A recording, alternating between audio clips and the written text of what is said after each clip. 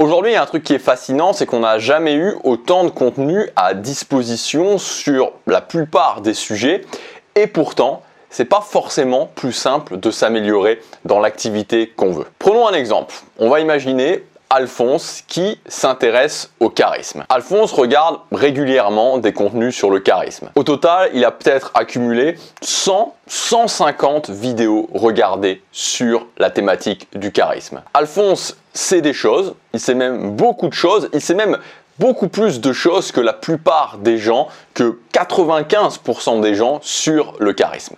Mais malgré ça, Alphonse n'est pas vraiment plus charismatique que quand il a commencé à regarder ces 150 vidéos. Et Alphonse se demande pourquoi est-ce que ça ne fonctionne pas pour moi? Qu'est-ce qui me manque? Pourquoi je n'arrive pas à être plus charismatique concrètement dans la réalité? Le cas d'Alphonse, c'est pas un cas isolé, c'est la différence tout simplement entre la connaissance et l'intégration. Ce n'est pas parce que tu apprends des choses, ce n'est pas parce que tu sais des choses que tu es capable de les intégrer au quotidien. Tu as des tonnes d'exemples qui sont comme ça. Tu as par exemple l'exemple de l'apprentissage de langues étrangères. Tu as beaucoup de personnes par exemple qui font de la grammaire et qui connaissent des règles de grammaire, qui connaissent bien certaines règles de grammaire. Prenons l'exemple de l'anglais, qui vont pouvoir te dire quand est-ce qu'on doit utiliser par exemple le présent perfect plutôt que le prétérit, qui vont être assez au point sur les règles de grammaire, qui vont être assez au point sur la connaissance. Parfois ils connaissent même du vocabulaire, parfois même beaucoup de vocabulaire, mais pourtant malgré cette masse de connaissances, si tu les mets en face d'un anglophone,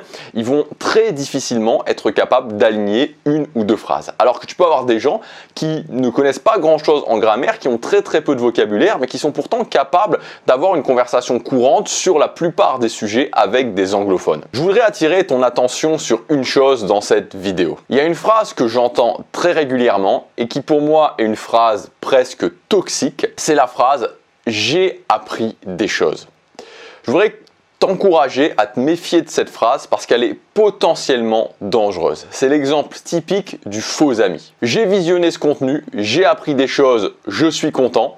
J'ai visionné ce contenu, je n'ai pas appris de choses, je ne suis pas content. Si ton but, c'est d'avoir des résultats dans ta vie, il faut faire très attention à ça. Parce qu'il faut se rappeler que ce qu'on cherche avant tout, c'est d'avoir des modifications concrètes dans notre quotidien. On ne cherche pas à être quelqu'un qui est capable d'écrire une encyclopédie sur le sujet. On cherche à avoir des modifications concrètes dans notre vie. Alors dans cette vidéo, je voudrais appliquer ça justement et te donner des moyens concrets de travailler ton expression à l'oral. Donc non pas te donner des concepts où tu vas apprendre des choses, mais te donner des moyens concrets dans la réalité, dans la vraie vie, au quotidien, de travailler ton expression orale. Parce que finalement, pour devenir bon à l'oral, pour devenir bon dans ta communication orale, tu as peut-être besoin d'une trentaine de concepts, 30 concepts que tu dois connaître. Mais la différence, elle va se faire effectivement sur le fait de connaître ces 30 concepts, mais ça, c'est assez réduit. Je veux dire, 30 concepts, tu peux facilement les connaître, mais c'est ensuite surtout, non pas sur le fait d'accumuler encore plus de concepts et de se dire il faut que j'en connaisse 60, il faut que j'en connaisse 100, il faut que j'en connaisse 200, mais ces 30 concepts, de les intégrer dans ta vie, de les pratiquer au quotidien. Donc on va voir comment faire dans cette vidéo. La première chose que tu peux faire et qui pour moi est un super bon moyen de commencer à travailler sa communication à l'oral parce que ça regroupe un petit peu tous les domaines, c'est d'apprendre à raconter des histoires. Je t'encourage à commencer à raconter des histoires dans ton quotidien parce que tu peux le faire à n'importe quel moment, avec n'importe qui, dans toutes les situations. Tu peux le faire si tu fais une présentation à l'oral, bien sûr. Tu peux le faire si tu fais des vidéos. Tu peux le faire si tu es avec des amis, un groupe d'amis, un ami en isolation, ta famille. Tu peux le faire absolument tout le temps avec ton patron, voilà, n'importe qui. Tu peux commencer à raconter des histoires. Donc, ce que je t'invite à faire, c'est te dire au quotidien, je vais essayer chaque jour de raconter une histoire. Parce que quand tu racontes une histoire, tu travailles en même temps ta communication à l'oral. La deuxième chose que je t'invite à faire pour travailler ta communication à l'oral, et c'est peut-être l'une des choses les plus importantes à faire, c'est de commencer à faire des vidéos. Alors, je te dis pas forcément de faire une chaîne YouTube pour gagner de l'argent ou même de publier ces vidéos, mais je t'encourage à commencer à faire des vidéos parce que c'est le meilleur moyen pour s'améliorer à l'oral. Tu vois, il y a quelque chose qui est très important quand tu veux t'améliorer dans n'importe quelle activité, c'est le principe de savoir où j'en suis pour donc de mesurer où j'en suis et ensuite de pouvoir intégrer des nouvelles choses et de voir l'impact de ces nouvelles choses. Tu vois, si par exemple tu fais de la musculation, de savoir où est-ce que tu en es en musculation, donc de prendre des photos de toi et ensuite de commencer à faire un entraînement, est-ce que tu t'améliores, est-ce que tu t'améliores pas, de changer cette chose-là, est-ce que tu t'améliores, est-ce que tu t'améliores pas. Et en fait, ce qui est souvent difficile à l'oral, c'est-à-dire que si aujourd'hui tu te dis ok, je vais travailler mon expression orale, mais que finalement tu n'as pas vraiment moyen de mesurer comment tu es réellement quand tu t'exprimes à l'oral et quel va être l'impact des différents concepts que tu vas mettre en place, tu seras toujours dans le flou et tu ne sauras pas vraiment si finalement ça donne des résultats ou ça ne donne pas des résultats. Alors que quand tu te filmes en vidéo, tu le sais. Quand tu te filmes en vidéo, tu vois les progrès. Je t'ai mis un extrait, d'ailleurs je vais le remettre. Je vais le remettre dans cette vidéo d'une des premières vidéos, sinon c'est la première vidéo que j'ai publiée sur YouTube. Salut à tous, c'est Gabriel et bienvenue dans cette vidéo. Donc ce que j'aimerais partager avec vous aujourd'hui, c'est 3 conseils, 3 astuces si c'est votre première visite à Disneyland Paris.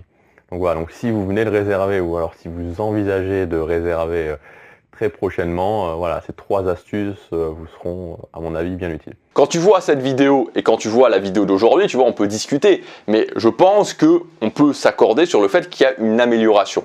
Si j'avais pas commencé à faire ces vidéos, déjà ça aurait été beaucoup plus difficile de m'améliorer, mais surtout aujourd'hui, je pourrais pas concrètement voir le chemin qui a été parcouru. Donc encore une fois, le but n'est pas forcément de les publier, le but n'est pas de faire une vidéo tous les jours, mais de régulièrement tourner en vidéo pour voir justement comment tu t'améliores à l'oral. Et ce qui est génial dans une vidéo, c'est que tous les domaines y sont. Tu as la crédibilité, tu as l'éloquence, tu as l'argumentation, tu as les émotions, tu as la persuasion, tout y est en vidéo. La troisième chose que tu peux faire, c'est de travailler un domaine donc, que je viens de te donner, c'est le domaine de l'argumentation logique. Dans tes conversations au quotidien avec les gens, je t'invite à travailler ce domaine-là. Donc je crois que c'est dans la vidéo d'hier, j'ai fait une vidéo, ou avant-hier, je me souviens plus, une vidéo complète sur l'argumentation logique. Donc la base de l'argumentation logique, en fait, c'est que quand tu donnes un argument, tu le solidifies. Voilà, tu ne donnes pas un argument en disant c'est comme ça et c'est pas autrement. Tu dis ok, je donne un argument et ensuite je solidifie cet argument. Exactement comme une brique que tu vas cimenter sur ton mur pour que la brique tienne bien. Si par exemple je dis les gens échouent parce qu'ils ne sont pas réguliers, je peux solidifier cet argument par exemple en disant quelque chose. J'ai jamais rencontré quelqu'un qui essayait de parler anglais et qui n'avait pas réussi en continuant sur la durée. C'est-à-dire que j'ai jamais rencontré quelqu'un qui m'a dit écoute, ça fait 3 ans que je travaille mon anglais 1 heure par jour tous les jours et je ne me suis pas amélioré en anglais. Peut-être que toi tu as déjà rencontré des gens qui n'arrivent pas à faire quelque chose et qui le pratiquent de façon très régulière et que ça fait des années qu'ils le pratiquent de façon très régulière. Moi j'en connais pas. C'est-à-dire que systématiquement, à un moment donné, il y a un arrêt dans l'action. Donc l'argumentation, tu peux le faire évidemment dans tes conversations, tu peux aussi le faire dans tes textes. Si tu écris des textes au quotidien, si tu dois convaincre des gens au quotidien, ça peut être des emails dans la création de contenu, mais si tu dois, je sais pas moi, passer des mails avec tes collègues ou tu essaies de les convaincre de quelque chose, tu peux utiliser l'argumentation logique, ça s'utilise partout et tu vas voir que quand tu vas travailler vraiment ton argumentation, l'impact que tu vas avoir sur les gens va être surprenant. La quatrième chose, c'est si tu veux travailler ton éloquence. Donc l'éloquence, c'est tout ce qui consiste à mieux parler finalement. Donc pour travailler ton éloquence, moi il y a 2 choses que je te conseille très concrètes que tu peux faire. La première chose, c'est de lire des textes en audio. Donc tu vois, tu peux acheter un micro, un dictaphone. Moi ce que j'ai ici comme micro, c'est un dictaphone qui te permet de t'enregistrer et tu lis des textes. Et en lisant des textes, l'audio en fait, si tu veux, c'est encore plus difficile que la vidéo sur l'éloquence.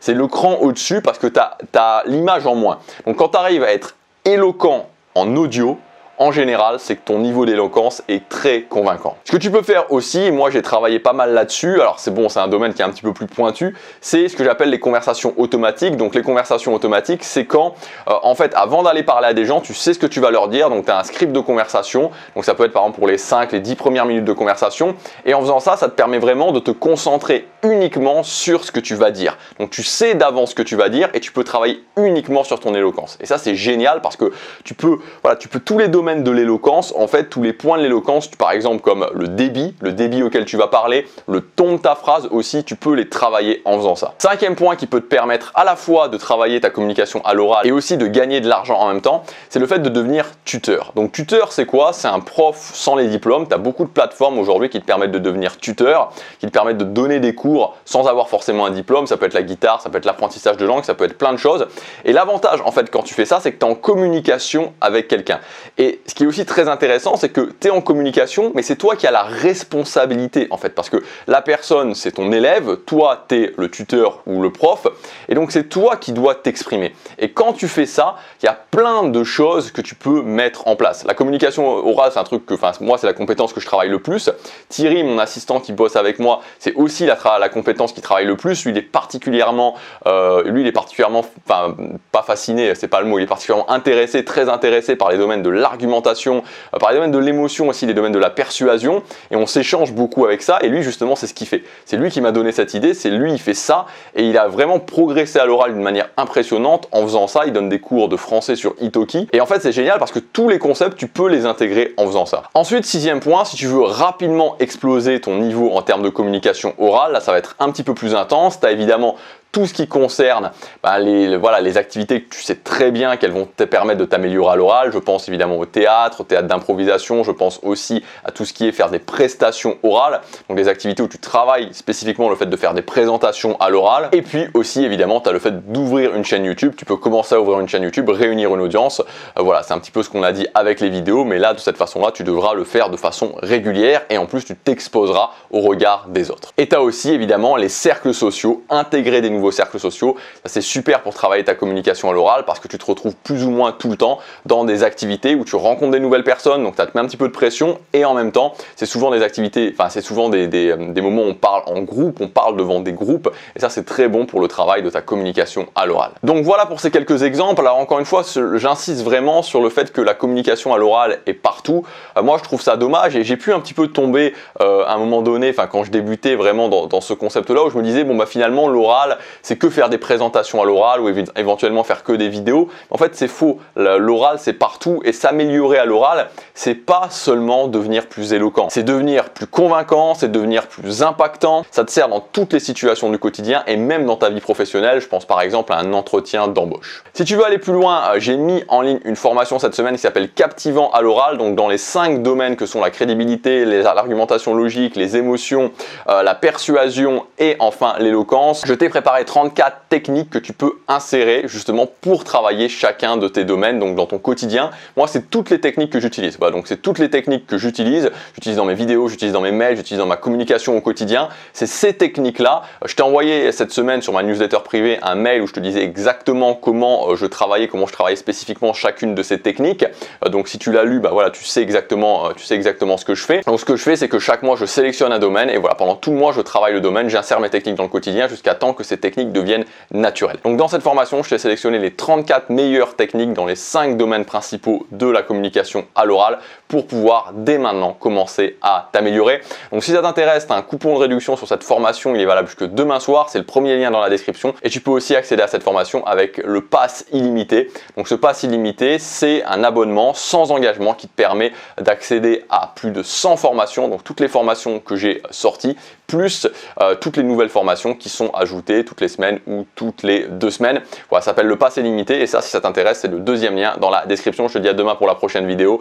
Passe à l'action, chaque jour compte.